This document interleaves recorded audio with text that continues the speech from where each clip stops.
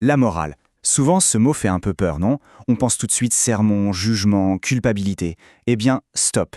Oublions tout ça. Aujourd'hui, on explore une vision complètement différente, celle du philosophe Spinoza. Pour lui, la morale, c'est pas du tout un catalogue d'interdits, c'est la physique de la vie. Rien que ça.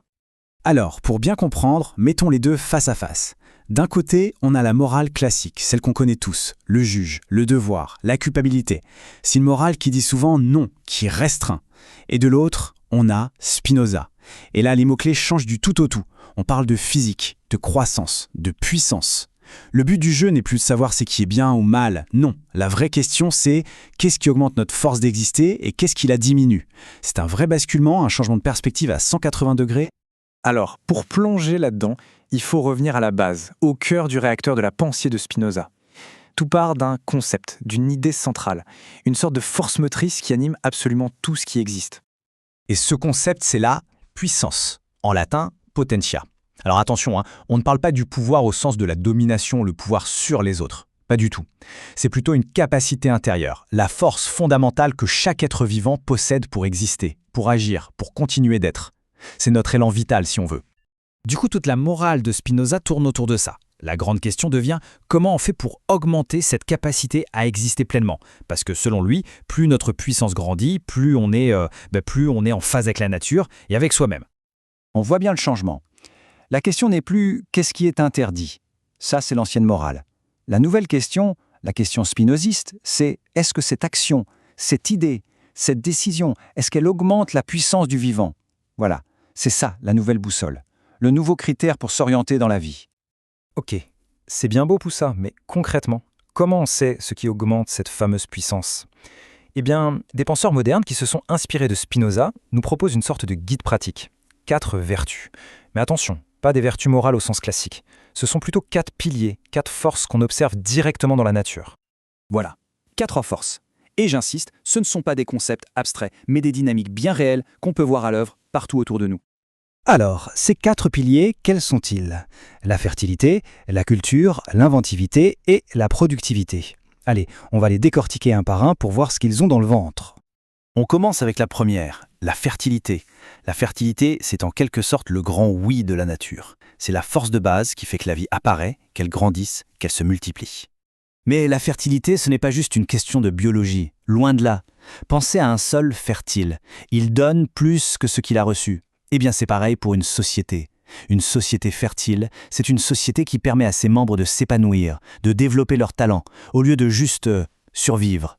C'est une puissance qui crée de la puissance. Elle s'auto-alimente. Deuxième pilier, la culture. Et là, attention, petit piège. On ne parle pas de la culture avec un grand C, des musées et de l'opéra. Non, on parle de quelque chose de beaucoup plus essentiel. La culture comme mémoire du vivant, comme transmission. La culture, c'est vraiment l'art de passer le relais. C'est le geste de l'artisan qui enseigne à son apprenti, c'est le conteur qui transmet une histoire à son public, c'est tout ce qui fait que la puissance, le savoir, l'expérience accumulée par les générations d'avant ne tombent pas dans l'oubli. Ça assure la continuité. Troisième force, l'inventivité. Là, on touche à quelque chose de très humain. C'est notre capacité à ne pas juste subir les événements, mais à trouver des solutions, à adapter, à améliorer, bref, à surprendre le destin. Et là encore, il faut se méfier des clichés.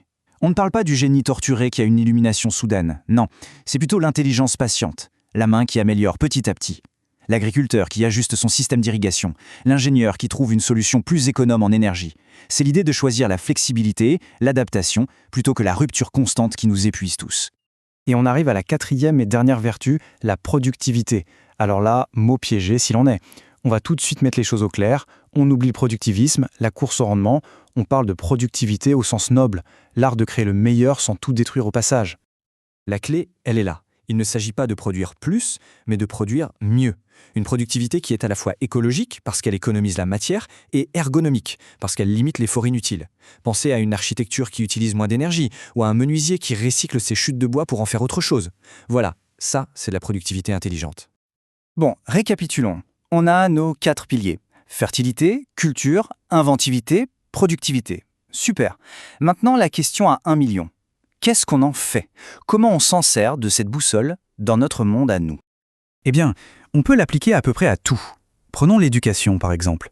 Est-ce qu'elle fertilise des esprits, transmet une culture, stimule l'invention? Ou est-ce que c'est juste un dressage pour passer des examens? Et la politique? Est-ce qu'une loi construit une fertilité sociale sur le long terme, ou est-ce qu'elle se contente de gérer la pénurie dans l'urgence? Et le travail, sujet brûlant, est-ce qu'il crée, transmet, respecte les équilibres, ou est-ce qu'il draine les énergies, épuise les gens et produit n'importe comment? Ce qui est vraiment crucial de comprendre, c'est que cette boussole, ce n'est pas un tribunal. Le but n'est pas de juger, de dire c'est bien, c'est mal. C'est un instrument de mesure. Ça nous permet de voir si, dans une situation donnée, la puissance de vie augmente ou si elle diminue. Ça indique où la vie circule et où elle stagne. Alors, au final, qu'est-ce qu'on retient de tout ça? L'idée la plus importante, c'est peut-être ce changement radical de métaphore pour penser ce qu'est la morale. On arrête de voir la morale comme une cage qui enferme, qui punit, qui juge, et on commence à la voir comme un moteur qui nous propulse, qui nous donne de l'énergie, qui nous aide à créer. Ces 4 axes qu'on a vus, la fertilité, la culture, l'inventivité et la productivité, ce sont finalement 4 manières différentes de dire un grand oui à la vie. 4 directions pour cultiver cette fameuse puissance qui est en nous et autour de nous. Et c'est peut-être ça le plus beau dans cette histoire. Une morale comme celle-ci n'a pas besoin de grands discours, de menaces ou de serments pour convaincre. Sa preuve, on la voit. Elle convainc par le simple spectacle du vivant qui s'épanouit. Et ça nous laisse avec une question pour la route. Dans nos vies, dans nos sociétés, où est-ce qu'on voit la vie s'épanouir? Et surtout, qu'est-ce qu'on peut faire à notre échelle pour la nourrir encore plus?